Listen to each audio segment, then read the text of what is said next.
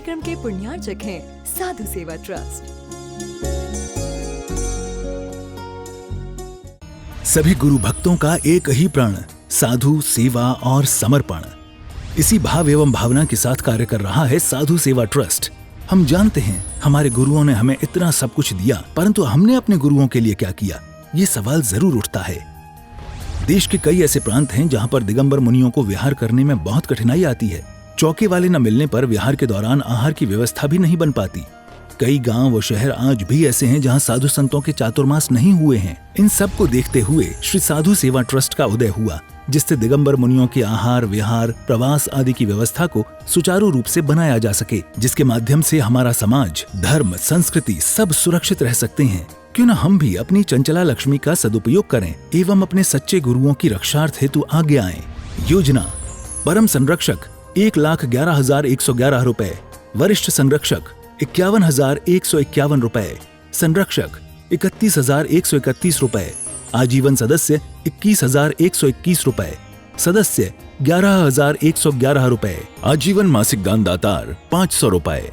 खाता विवरण: account name VVSP Sadhu Seva trust, bank name HDFC bank limited, account number 50200073358170, IFSC code HDFC 0001273, trust PAN card AADTV 8567E, mail ID vvspsadhusevatrust@gmail.com।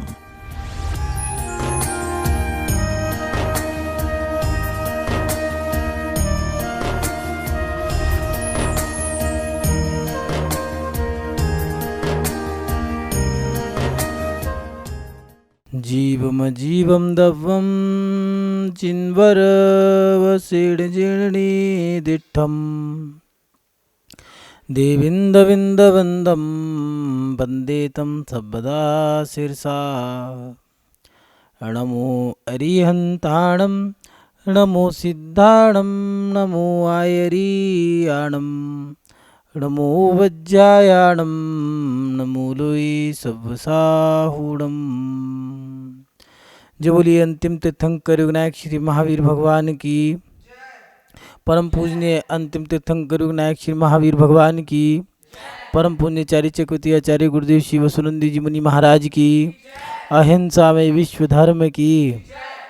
सभी उपस्थित धर्म प्रेमी पुण्यात्मा एवं भानुभाव, हमारा जीवन हमारे लिए बड़ा ही कीमती है और इस जीवन को हम जितना जानते हैं, जितना जितना जानने की कोशिश करते हैं, उतना उतना हमारे लिए कठिन होता चला जाता है। कभी कभी हमारे साथ ऐसा भी होता है कि हम किसी के बचपन को देख करके या किसी क्रिया को देख करके उदास हो जाते हैं, मन में एक बेचैनी सी पैदा हो जाती है। कभी कभार हम पार्क में गए घूमने के लिए और कोई बच्चा खेल रहा है, तो उस खेलते हुए बच्चे को देख करके ऐसा एहसास होता है, काश मैं भी खिलौनों से खेल लेता।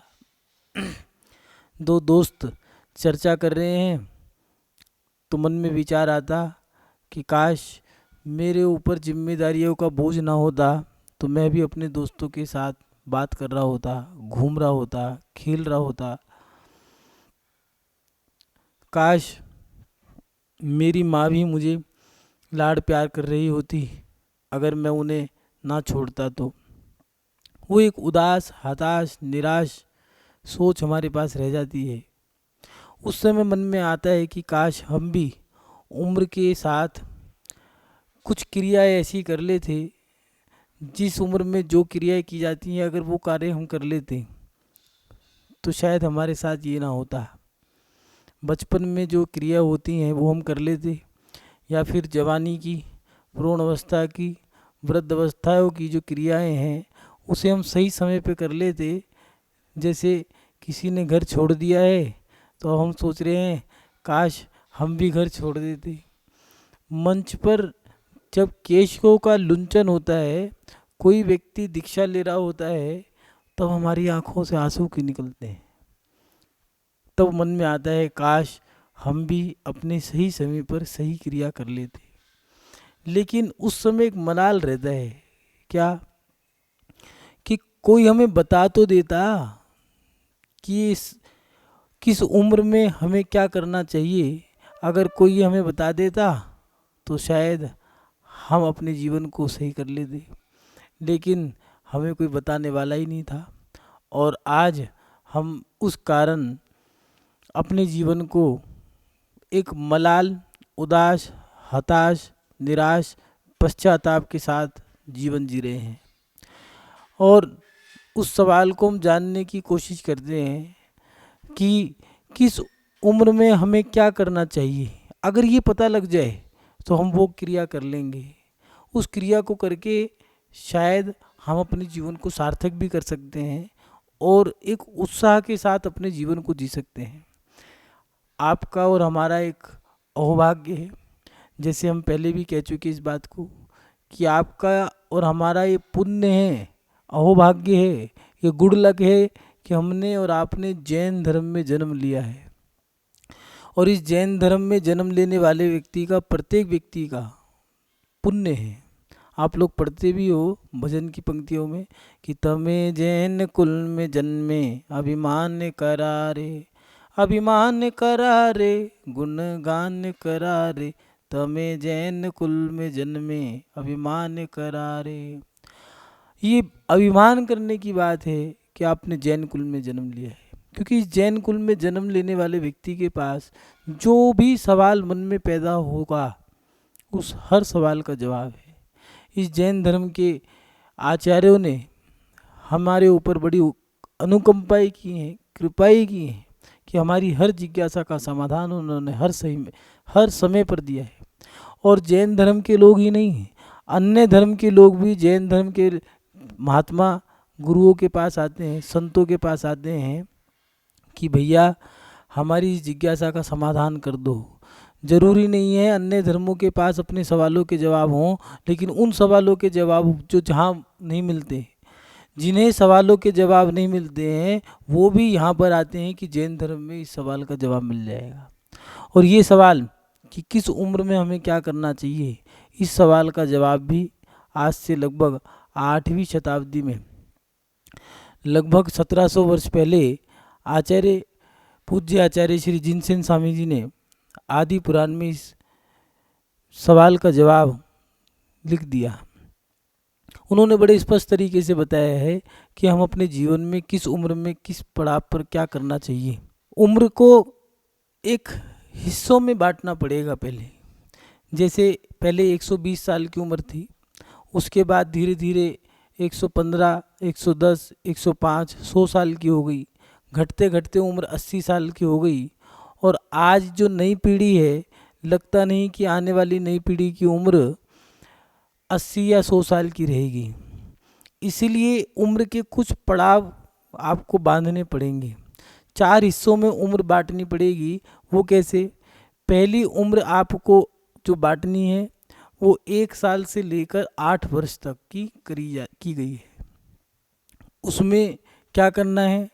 वह बाल संस्कार का समय है, या ये कहें कि बाल संस्कार काल है, जब पति और पत्नी इन दोनों का, एक स्त्री और पुरुष दोनों का संयोग होता है, सहवास होता है, संभोग की क्रिया होती है। उन दोनों के उस संभोग की क्रिया के समय ही अंतर मुहूर्त में एक जीव उस महिला के गर्भ में पति और पत्नी के संयोग से जब संभोग क्रिया होगी तो पत्नी के गर्भ में एक संतान, एक जीव की उत्पत्ति हो जाती है। कितने समय में? अंतर मुहूर्त में। और उस समय से ही हमारी क्रियाएं शुरू हो जाती हैं। कौन सी क्रियाएं? जब गर्भ में संतान आ गई है, 3रे महीने में, 5वें महीने में, 7वें महीने में, या 9 मास पूरे होने पर ये गर्भान्वय क्रियाएं हैं। प्रीति क्रिया, सुप्रीति क्रिया, मोद की क्रिया, अनुमोद की क्रिया, ये क्रियाएं दी हैं। उसमें गर्भ पर संस्कार किए जाते हैं। 3रे महीने में, 5वें में, 7वें में, 9 मास में जब प्रसूति हो जाती है, उस प्रसूति के बाद पहली बार नहलाने की क्रिया की जाती है। नहावन की जो क्रिया कहते हैं, भगवान का गंधोदक ले जाके बच्चे को वहाँ पर उसके शरीर की जो क्रियाएं की गई हैं, चंदन से उपटन इत्यादि की क्रियाओं के माध्यम से, सुगंधित पदार्थों के माध्यम से, कि मेरा पुत्र भी एक ऐसे संस्कार उसमें डाले जाते हैं कि इस पुत्र का भी अभिषेक, ये भावना भाग करे कि मेरू पर्वत पर हो, ये भी एक समय में मोक्ष जाए, तीर्थंकर बने, या फिर तीर्थंकर नहीं बन रहा है तो मोक्ष जाए, मैं भी इसके माध्यम से कल्याण कर सकूं। इस भावना से ये तीसरे, पाँचवें, सातवें, 9वें महीने में या प्रसूति के बाद की जो क्रियाएं हैं ये है। उसके बाद जब संतान ने जन्म ले ली है तो एक, जब आप ज्योतिष में जाओगे तो उसमें दुकान का, मकान का मुहूर्त होता है, ऐसे ही स्तनपान का भी मुहूर्त होता है। माँ के माध्यम से, माँ के स्तन के माध्यम से बच्चे को पहली बार दूध का पान कराया जाता है, वो स्तनपान की क्रिया होती है। उसके बाद 12 दिन बाद, जन्म के 12 दिन बाद बच्चे का नामकरण किया जाता है। नामकरण की विधि की जाती है कि बच्चे को किस नाम से पुकारेंगे, वो नामकरण की क्रिया। उसके बाद 2 या 3 महीने बाद, या कहीं कहीं जगह 4 महीने भी लग जाते हैं कि कोई घटना घट गई हो, या इसलिए भगवान के दर्शन कराने की क्रिया की जाती है। कहीं 45 दिन में, कहीं 2 महीने में, कहीं 3 महीने में, कहीं बार 4 महीने भी लग जाते हैं। कोई क्रिया हो गई, मान लो जब जाना था उस समय सूतक लग गया, या उसके बाद पातक लग गया, या कोई हारी बीमारी हो गई, ऐसी बहुत सारी क्रियाओं में बीच में अड़चन आ गई, तो 2-4 महीने बाद भी जिन्हें भगवान के दर्शन करने के लिए उस बच्चे को बड़े धूमधाम से, ऐसा नहीं है अफसोस मना के रो करके नहीं ले जाना है, अफसोस मना करके नहीं, कि पहली बार इस जीव को भगवान के दर्शन कराने की विधि है, दर्शन कराने ले जा रहे हैं। क्यों अब ये भगवान से हम इसको जोड़ रहे हैं, तो वहाँ पर ये भगवान की मंदिर की क्रिया हो गई है। और उसके साथ साथ पहली बार बिठाने की क्रिया, बिठाने के साथ साथ 7वें 8वें माह में पहली बार उसको चटाने की क्रिया, ये क्रियाएं हैं। कब, कौन से समय में कौन सी क्रिया करनी है, जब 1 वर्ष पूर्ण हो जाता है तो उस समय में सभी रिश्ते नातेदारों को बुला करके बच्चे को, जब 1 वर्ष हो गया है, सभी लोग बधाई देते हैं कि इस बच्चे का 1 वर्ष पूर्ण हुआ, खुशी मनाते हैं। खुशी कैसे मनानी है, इन प्रत्येक क्रिया में जिनेंद्र भगवान की पूजा है और गुरु के लिए दान निकालना है, ये क्रियाएं हैं। इन क्रियाओं को जब आप आदिनाथ भगवान के आदि पुराण में भाग 2 के 38वें 39वें अध्याय में पढ़ोगे तो ये क्रियाएं आपको उसमें मिलेंगी। उसमें प्रत्येक क्रिया में दिया है जिनेंद्र भगवान की या अरिहंत की या सिद्ध की पूजा करना, अर्चना करना, गुरु के चरणों में जाकर के आशीर्वाद लेना। और आशीर्वाद लेने के लिए क्योंकि मंगल में हमारा जीवन बीते, इसलिए।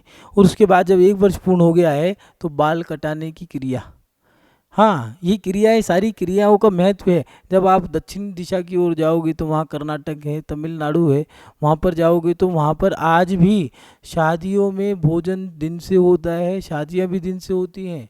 और उसके साथ साथ बच्चे की बाल कटाने की विधि, या फिर चोटी निकालने की क्रियाएं, या बच्चे को चटाने की विधि, मंदिर ले जाने की क्रिया बड़े धूमधाम से करते हैं, बहुत धूमधाम से।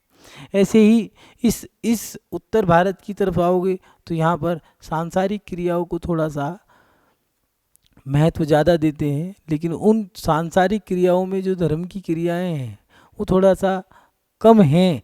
उनको अगर हम तरीके से कर लें तो हमारा जीवन सटीक तरीके से, अनुशासित तरीके से आगे बढ़ता जाएगा और हमें आनंद आता जाएगा।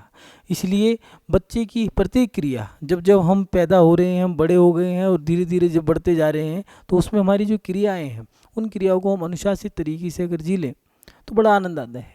माता पिता ने जब बच्चा 1 साल का हो गया, बड़ी धूमधाम से उसका वर्षवर्धन की जो क्रिया है, 1 वर्ष पूरा हो गया तो उसको बड़ी धूमधाम से मनाया। भगवान के अभिषेक, शांति धारा, पूजा विधान करके सब लोगों को मीठा बांटा है, गरीबों को दान दिया है। गुरु के पास जाकर के वहाँ पर भी आहार दान देना, और भी आरिकाएँ हैं उनके लिए जो भी सामग्री है वो देना। इससे उस बच्चे को आनंद भी आता है और प्रेम वात्सल्य मिलता है। उसके बाद जब 5 वर्ष बीत गए हैं, 5 वर्ष में लिपि संख्यान की क्रिया होती है, माने पहली बार उस बच्चे को लिपि, अक्षरों का लिख कर के अध्ययन कराना। ये क्रिया एक बहुत अच्छी क्रिया है। और उसके साथ साथ 8वें वर्ष में बालक की नैष्ठिक शावक की, जो आप लोग जानते हैं, नैष्टिक श्रावक माने उस बच्चे को श्रावक की क्रिया कराते हैं। सप्तव्यसनों का त्याग, अष्टमूल गुणों का त्याग माने बुरी चीज़ों का त्याग करा करके 8 मूल गुणों से पालन कराने का नियम देते हैं। सप्तव्यसनों का त्याग कराने का ये नियम देते हैं। गुरु के पास ले जा करके, उन गुरु के पास ले जा करके, पहले की क्रिया परंपरा थी कि बच्चे को 8 वर्ष की उम्र में गुरुकुल भेजा जाता था और गुरुकुल में जाकर के वो बच्चा नैष्टिक श्रावक उसको वहीं पर ही बनाते थे। अब उसमें उसका सप्तव्यसनों का त्याग, 5 उदंबर फलों का त्याग, या फिर 5 अणुव्रत जो आचार्य समन्वत स्वामी जी ने दिए हैं और 3 मकार, ऐसे 8 अष्टमूल गुणों का पालन करना उसका नियम होता था। हिंसा, झूठ, चोरी, कुशिल, परिग्रह 5 पापों का त्याग करा के और सर पे एक चोटी निकालते थे, बाकी उसका मुंडन होता था। जनेऊ पहनाना, जनेऊ पहना करके उसको वस्त्र, सिंपल वस्त्र, साधारण कौन से वस्त्र, या तो पीत वस्त्र होते थे या श्वेत वस्त्र, और ब्रह्मचर्य का नियम दिलाना। इससे सुरक्षित रहता था बच्चा, उसमें कोई गलत काम नहीं करता था, वो बच्चा बहुत सावधान रहता था। गुरु के माध्यम से नियम मिले हैं। 8 वर्ष की उम्र में बच्चे को गुरु से जोड़ देना चाहिए। जो बच्चे गुरु से जुड़े रहेंगे वो बच्चे सुरक्षित रहेंगे। और देख लेना, जो बच्चे बड़ों से नहीं जुड़े हैं, गुरु से नहीं जुड़े हैं, वो बच्चे कहीं ना कहीं बिगड़ जाते हैं। उनके अंदर कोई ना कोई ऐब होगा।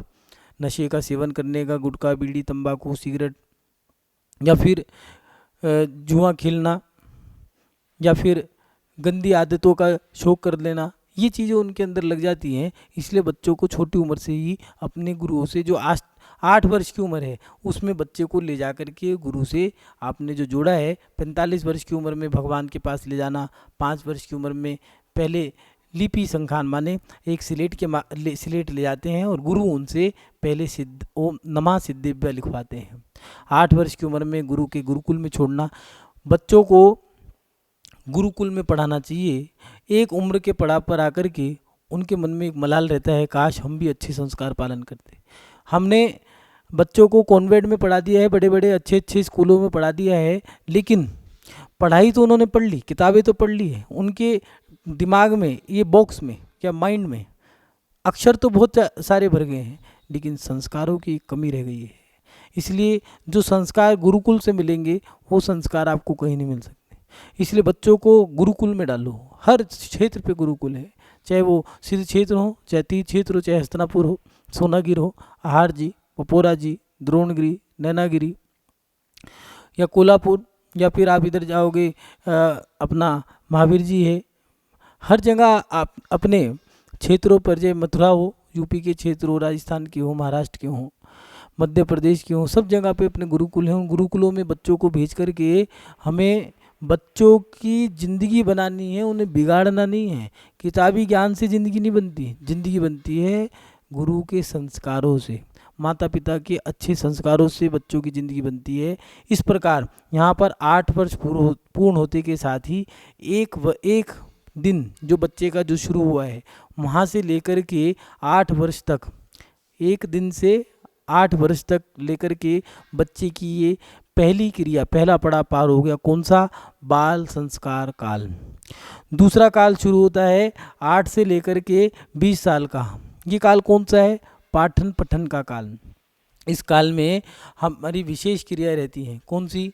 गुरुकुल में पढ़ने के बाद गुरुकुल के नियमों का पालन करना। कौन कौन से? सुबह जल्दी उठना, ब्रह्म मुहूर्त में 4 बजे, गुरुकुल में 4 बजे उठने का नियम है। 8 बजे 12 बजे उठने का नियम नहीं है। गुरुकुल में तो 4 बजे उठना पड़ेगा, सूरज की पोह फटने से पहले ही उठना पड़ेगा। 4 बजे उठना। पहले कहा करते थे खटिया खड़ी बिस्तरा गोल, नहा धो करके हो जाओ तैयार। खटिया खड़ी का मतलब अपनी चारपाई भी, अपनी खटिया भी अपने आप उठानी है, उसको दीवार पे लगानी है, जहाँ खड़ी करनी है वहाँ खड़ी करो। रिजाई, गद्दा, बिस्तर, चद्दर जो भी है उन सब चीज़ों को उठा करके जहाँ से लाए थे वहाँ रख के आओ। नहाना धोना, नहाने धोने का मतलब क्या है? नहा करके जो वस्त्र उतारे हैं उनको भी अपने हाथ से धोना है। ये गुरुकुल के अनुशासन है। जहाँ पर नहाए हो वहाँ की भी सफाई करके आनी है।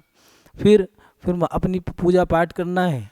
पूजा और पाठ माने जो पूजा मंदिर की, जिनेंद्र भगवान की, अपने आराध्य की पूजा करके आओ। उसके बाद जो आपको याद करने का दिया है वो पाठ करो।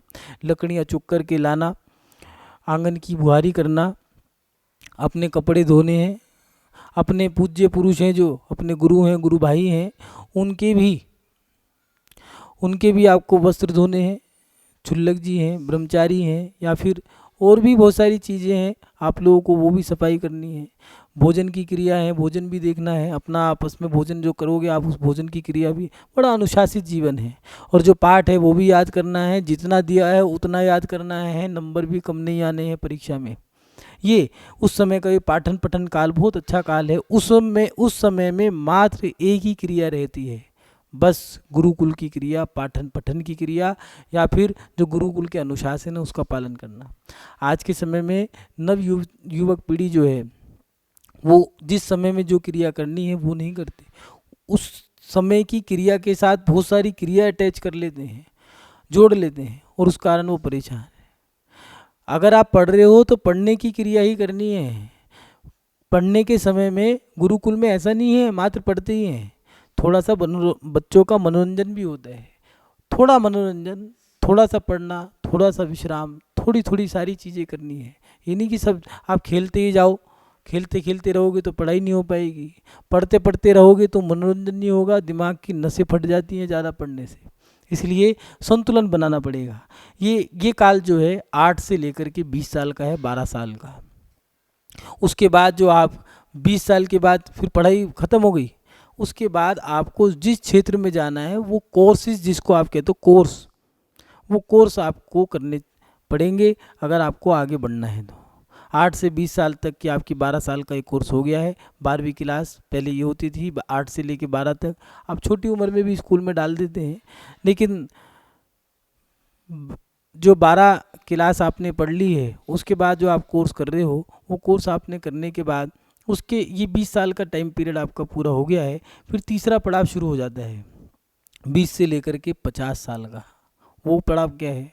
अब आपकी ये टीनेजर काल समय जो है, टाइम जो है टीनेजर, ये टीनेजर 20 तक रहता है। इसके बाद आपका टीनेजर काल समाप्त हो जाएगा, आपका युवा अवस्था से लेकर के पूर्ण अवस्था का काल समय शुरू हो जाता है। उसमें आपकी क्या क्या क्रिया रहेंगी? पढ़ाई लिखाई पूरी हो गई है, आपने खेल लिए, कूद लिए, पढ़ लिए, लिख लिए, ये सब काम कर लिए हैं, तो अब सही समय पर सही काम करने होंगे। आपको सही समय पर अपने गृहस्थी बसाने की क्रिया, माने सही समय पर विवाह करना, सही समय पर संतान करना। हाँ, इन सब के भी समय निर्धारित हैं। विवाह करने की भी एक उम्र है, ऐसा नहीं कि आप 30 साल में, 40 साल में, 45 साल में विवाह करोगे, वो किसी काम का नहीं रहा। इसलिए विवाह करने की एक उम्र है। कौन सी? सबसे अच्छी उम्र है 20 से लेकर के 22-23 साल तक की। और अगर इसमें नहीं है तो 22 से लेकर के 23, 24, 25 साल लास्ट, इसमें तो आपको विवाह कर लेना ही चाहिए। इसके बाद तो आप लेट हो गए हो, देर कर दी है आपने, क्योंकि उसके बाद आप अपने आगे के जीवन को नहीं नियंत्रित कर पाओगे। इसलिए सही समय पर विवाह करना, सही समय पर संतान करना, उसके साथ साथ सही समय पर सही व्यापार करना। व्यापार भी अपने आचार्य ने जो व्यवस्था बनाई है, खेती का व्यापार, कपड़े का व्यापार, धातु जैसे कि बर्तन इत्यादि का व्यापार, और फिर अंतिम व्यापार दिया है सर्राफा या रत्न का व्यापार। रत्न निकाल के लाए, बेच दिया, 1 वर्ष का पूरा काम हो गया, अब अगले साल कमाएंगे। तो ऐसे ही व्यापार हैं। इन व्यापारों में कहीं भी ज़्यादा हिंसा नहीं है। खेती में हिंसा हो तो फिर तो खेती में हिंसा भी होती है, और जीवों पर उपकार परोपकार भी होता है। बीज आएगा, जीवों की हिंसा बचेगी, उनको लालन पालन होता है। और जीव जो मरे हैं पानी डालने से, तो ये जितने मरे उतने बचे, हिसाब बराबर हो गया। कपड़ा इधर से लाए, इधर बेच दिया, हाथ साफ, कोई गंदगी का काम नहीं है, बर्तन का काम साफ है, रत्नों का व्यापार बहुत अच्छा है। इसलिए अपना सही समय पे सही काम करें, ऐसा काम ना करें। कभी कभार ऐसा होता है माहौल को देख करके हमने वो कार्य कर लिया, लेकिन फिर बाद में पछताना ही पड़ जाता है। इसलिए सही समय पर सही कार्य करना, और उसके साथ साथ दान धर्म आदि ये सभी जिम्मेदारियां हमारी उस पड़ाव पर हैं। कौन से पड़ाव पर? ये जो हमारा समय है 20 साल से लेकर के 50 साल तक, ये सारे काम हमें उसमें करने हैं। शादी भी करनी है, बच्चे भी करने हैं, उनको बड़ा भी करना है, व्यापार भी करना है, उसके साथ साथ दान धर्म भी करना है, और सब जिम्मेदारियों का पालन भी करना है। ये टाइम हमारा जो समय है ये है 20 से 50 साल तक। और उसके बाद गृहस्थी काल के बाद जो आता है स्वयं पर नियंत्रित करने का समय, ये कौन सा है? ये 50 से लेकर के 75 साल का समय, 50 to 75 का जो समय है, इस समय में अपनी जिम्मेदारियों को अपने पुत्र को सौंपना, धीरे धीरे अपनी जिम्मेदारियों से, जैसे जैसे हम आगे बढ़े थे अब वैसे वैसे हमें पीछे उड़ना नहीं करते इस तरह से, वो थोड़ा दुखी रहते हैं। कुछ विशेष बातें भी हैं जो आप लोगों को ध्यान रखनी चाहिए। कौन सी? एक तो माता पिता जो बच्चों का बचपन ख़त्म ना करें, बच्चों पर जो लोड डालते हैं वो गलत है। क्या? समय से पहले पढ़ने का दबाव डालना। जैसे पढ़ने का भी एक समय है, आप उनको पढ़ने के लिए 1 साल की उम्र में, 1.5 साल की उम्र में स्कूल भेज देते हो, जैसे प्ले स्कूल है, गलत है। वो बच्चे स्कूल में नहीं खेलते, जो बच्चे माता पिता के साथ खेल रहे हैं, देख लेना जिन बच्चों के भाई बहन नहीं होते उनके अंदर अधूरापन रहता है, और जो बच्चे भाई बहनों के साथ खेल करके बड़े होते हैं उनके अंदर कुछ अनुभव ज्ञान अलग ही मिलेगा। इसलिए उन बच्चों को छोटी उम्र में आप स्कूल में मत डालो। माता पिता जो छोटी उम्र में बच्चों को स्कूल में डाल रहे हैं, ये बच्चों का बचपन ख़त्म कर रहे हैं, इसलिए बच्चों का बचपन ख़त्म मत करो। दूसरी बात, बच्चों पर ज़्यादा दबाव नहीं डालना। क्या? पढ़ाई का, कोर्स का या खेल, ऐसे ऐसे खेल जानबूझ के खिला रहे हैं जिससे कि मेरा बच्चा बड़ा होकर के इस खेल में अव्वल आए। भैया वो गलत है। पहले बच्चों की मन की शक्ति देखो, उनकी कैपेसिटी देखो, शरीर की शक्ति देखो कि कितनी है, उनका मन किस में है, तो उन पे ज़्यादा दबाव नहीं डालना। ज़रूरत से ज़्यादा लोड डाल दोगे, पहले आपने उसको कह दिया कि बेटा बड़ा होकर के तुम्हें सीए बनना है, बड़ा होकर के तुम्हें डॉक्टर बनना है, क्यों मैं डॉक्टर हूँ तुम्हें डॉक्टर बनना है, गलत है। आप डॉक्टर हो, ज़रूरी नहीं है बच्चा भी डॉक्टर बने। इसलिए हाँ, ये ज़रूर कह सकते हो बेटा तुम भी डॉक्टर बनने की कोशिश करना। बच्चा कहेगा नहीं पिताजी मेरा मन ये नहीं है, ये है, तो ठीक है आप वो बनो, लेकिन अच्छे से और अच्छा अध्ययन करना। तो इसलिए बच्चों पर दबाव न डालें। तीसरी बात, जिस समय पर जो क्रिया हो वही करें। जैसे शादी के सही समय पर सही क्रिया कर लें, शादी के समय पर शादी सही समय पर कर लें।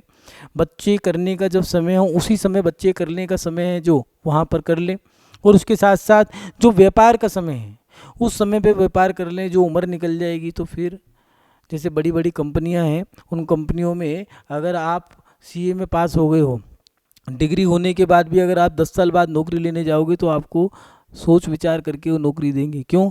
क्योंकि आपके पास 10 साल खाली बैठने का अनुभव है, नौकरी करने का अनुभव नहीं है। इसीलिए सही समय पर सही कार्य करना। और उसके साथ साथ विशेष बात जो है, जब व्यक्ति ने बाल्यकाल, किशोर काल, युवा काल और उसके साथ साथ अपना जिम्मेदारी का काल भी जी लिया है, तो वो उन्हें सारी जिम्मेदारी सौंप दी है, तो गृह त्याग करके अब अपने आप को जब उसने नियंत्रण कर लिया और गृह त्याग करके वो साधु के पास जा रहा है, तो उसके गृह त्याग करने में बाधा ना डालें, बाधा ना डालें हम, बाधा ना बने हैं। क्यों? क्योंकि उस समय अगर आप बाधा बन जाओगे तो उसने आपको पाल पोस के बड़ा कर दिया, समय समय पे सारे संस्कार दे दिए, सारी क्रियाएं उसने कर दी है। अब वो अपने जीवन को अपने लिए जीना चाहता है, नियंत्रित करना चाहता है, उस समय आप बाधा ना बने। मतलब जो व्यक्ति मोक्ष मार्ग पे आगे बढ़ना चाहता है या फिर धर्म के मार्ग पे आगे बढ़ना चाहता है, सारी जिम्मेदारियां सौंप दी हैं, तो उस समय पर आप विघ्न ना डालें। जैसे गुरुओं के पास जाना ही बंद करवा दिया, मंदिर जाना बंद करवा दिया, या फिर धर्म ही नहीं करने देना। क्यों?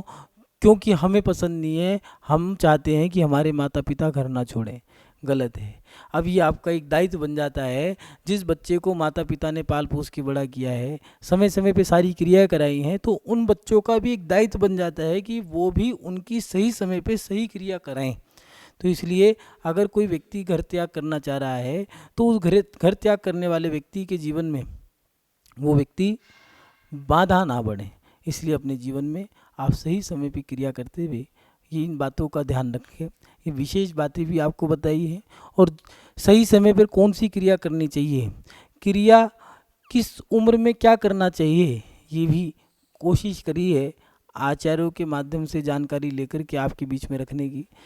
उम्मीद है कि आप सभी लोग इन सब का पालन करेंगे।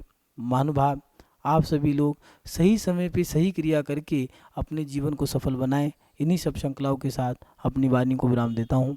जय बोलिए परम पूजनीय आचार्य गुरुदेव शिवसुनंदी जी मुनिराज की, अहिंसा में विश्व धर्म की। इस कार्यक्रम के पुण्यार्चक थे साधु सेवा ट्रस्ट। 1,11,000 रुपए की राशि प्रदान करने वाले दानदाता परिवार Shri Chandresh Jain Balawat, son of Bhagwati Lal Jain Udaipur, Shri Suresh Kumar Jain Balawat Udaipur, Shri Nikunj Jain son of Sumat Prasad Jain New Delhi.